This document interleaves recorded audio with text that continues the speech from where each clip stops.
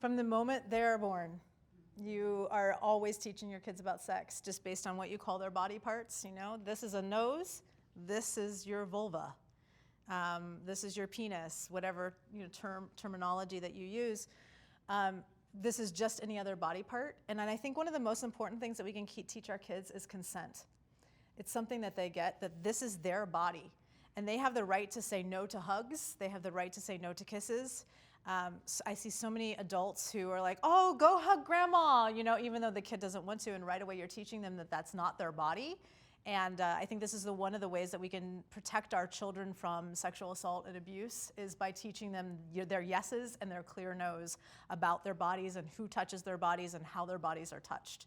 So consent, body parts, when they ask questions, to answer them and to notice your own energy. Like you said, the subtext with your mom, right? And so it's like that subtext, they're picking up more on the subtext than they are on the words that you're actually saying. They're picking up on that. So the more comfortable you get in your own self around sexuality, that passes on. That breaks the generational curse that we have around sexuality, that our parents passed on, that their parents passed on. I love this because I am very direct. And I know that people are very shy about sex, but I'm like, all right, I'm getting to the point where maybe we're gonna have sex. Let's talk about this. What do you like? What do you not like? Like, I'm very direct about it, because I think the more comfortable you are, the more direct you are about it, the better. And then you can then you have that consent conversation, and then instead of bumping around, right? Maybe your body's not ready for something, or you can say, here's what I really like. I actually have a spreadsheet that I use. It's color-coded, and it's per blueprint. I'm amazing. I call it the sex communication checklist. I thought you were amazing that you used a spreadsheet. I was like, right on. Wait. But like, you know, when you start dating someone new, and then like you're like, hey, I feel like we're getting close. Here's a spreadsheet. I do that. Do you really? I do that. If it freaks them out, they're not the right person for me. If it freaks them out and they're not willing to have the conversation about sex, they're not the right, it's a great screening process. Now maybe they don't want to fill out my spreadsheet because they don't want to have it on the internet. I understand that kind of, because it's a Google Doc, you know, so I understand that.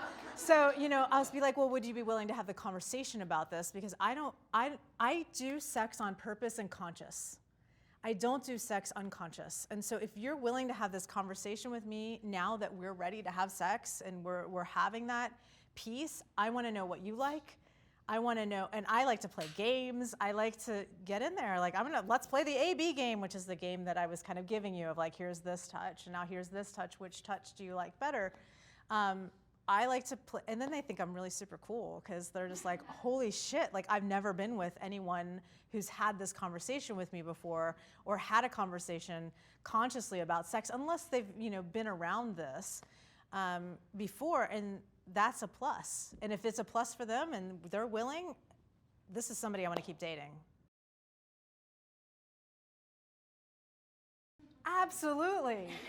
Absolutely. I mean, that's like, to me, it's interesting. When I started my sexuality, I started very young, exploring my own body and exploring my own self. And people ask me all the time, how did you get to be so orgasmic, and in all the ways that you are so free in your body?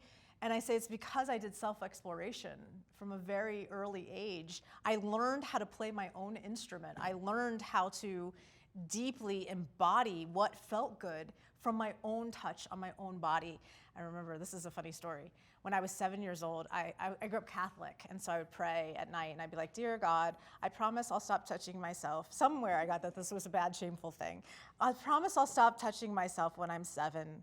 And then, you know, I'm 7. Dear God, I promise I'll stop touching myself when I'm 14. And then I got 14 and I just gave up. I just decided, this is my spiritual practice. This body and exploring the ecstasy that it can experience is my spiritual practice. So absolutely, sex isn't just about you and the other. Sex is about you and you.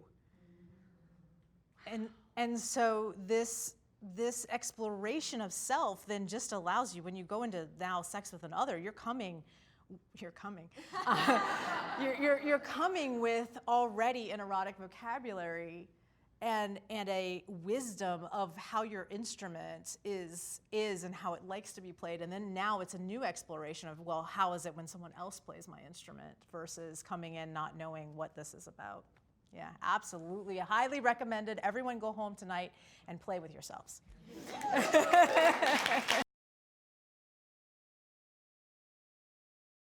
3 things about sex. 1, it would actually be medically accurate.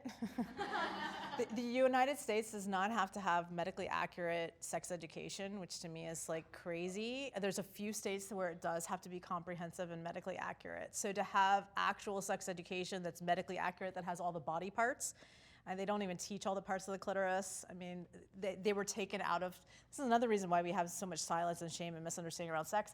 The actual anatomy was taken out of textbooks.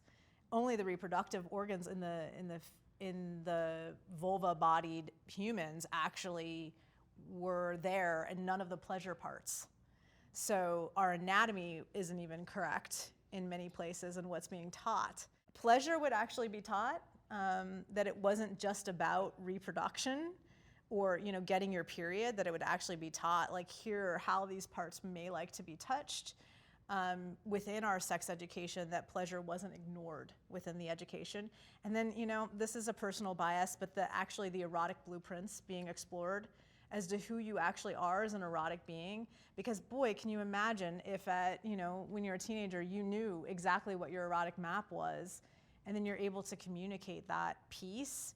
And I have to add a 4th, which is consent. We just aren't taught consent in our culture. It's been a big missing piece, and I think it's why we have so much trauma and pain around sexuality, is because we aren't taught that we actually have a voice and that we can say yes and no, and this is what I like, and so really being able to say, here's who I am, here's what I like, and no, I don't want that. Good question. That is such a juicy question. No one's ever asked me that before. I think the juicy thing that I'm really up to lately is utilizing sexual energy for awakening and awakening of consciousness on our planet. And so I've been doing a lot of Kundalini awakening and a lot of breath play.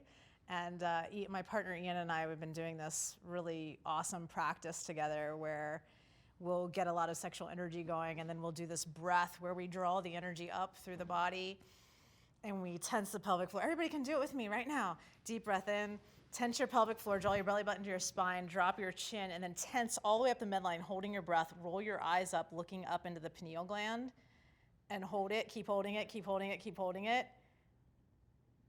And then exhale it.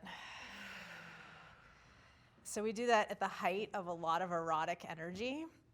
And we've been poofing ourselves into, we just call it poofing out of the matrix at this point, but starting to get pineal gland ejaculations. So I'm really into getting the pineal gland to ejaculate, which creates these amazing states of consciousness.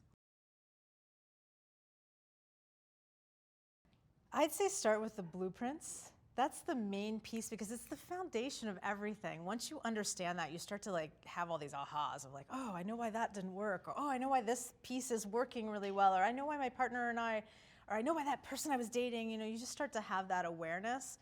And that's really a first step, is to know that. And then once you know that, then you can start to do personas to expand and peel back the layers. Or come to some crazy sex retreat, and that's a whole other story where we're pineal gland ejaculating and stuff. Yeah,